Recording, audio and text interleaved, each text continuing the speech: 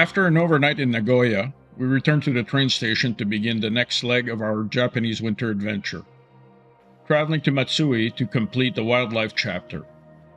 We took the Shinkansen to Okayama, then transferred to a local express to Matsue.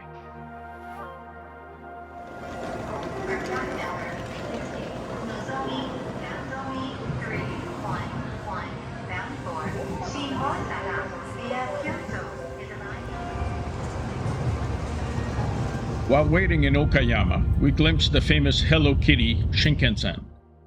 In the Japanese tradition of kawaii, meaning cute, Hello Kitty represents friendship and kindness. So naturally, there's a bullet train fully themed in her honor.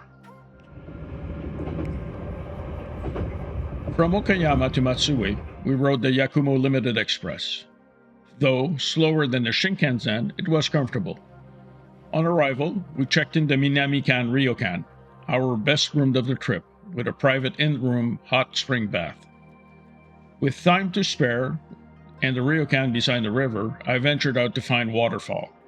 I added a few new species to my collection and observed something unexpected, a tufted duck swimming on its back to groom itself.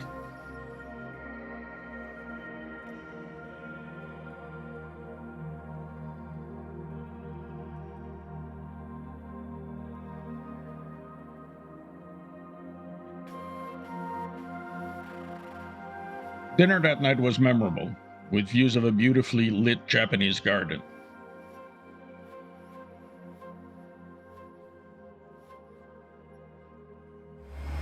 The next morning, we boarded another Yakumo Express to Hino, hoping to photograph Mandarin ducks.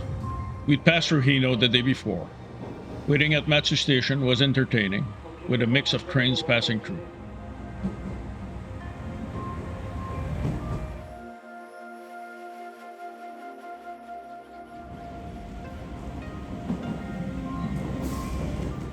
I wasn't sure what to expect in Hino.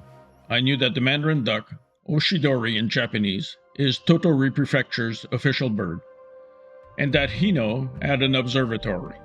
It was a gamble, but one worth taking. We arrived around 9 a.m. in pouring rain. I had read that the ducks usually move away after 8 a.m., until I saw a line that said they stay near the observatory in rainy weather. Suddenly, I felt really optimistic.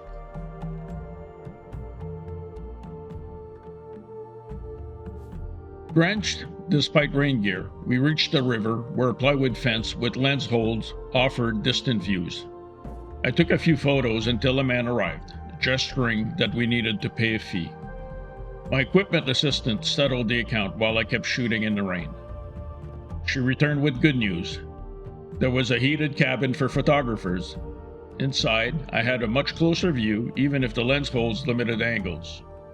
I also found out that Mandarin ducks spook easily, hence the fence hiding human presence.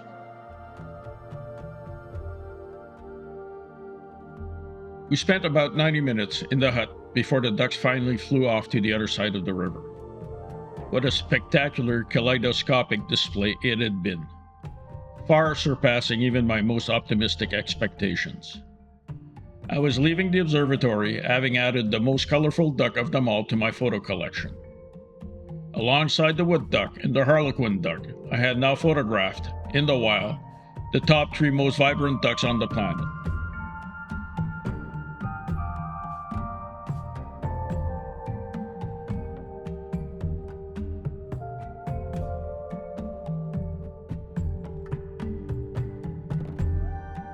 Hino was quiet, being Sunday, but we found a cozy noodle shop, just what the doctor ordered before taking the train back to Matsue. With the wildlife portion done, it was time to explore Matsue's rich cultural heritage. The city's Edo-era roots, which started in 1603 and lasted until 1868, made it an ideal destination.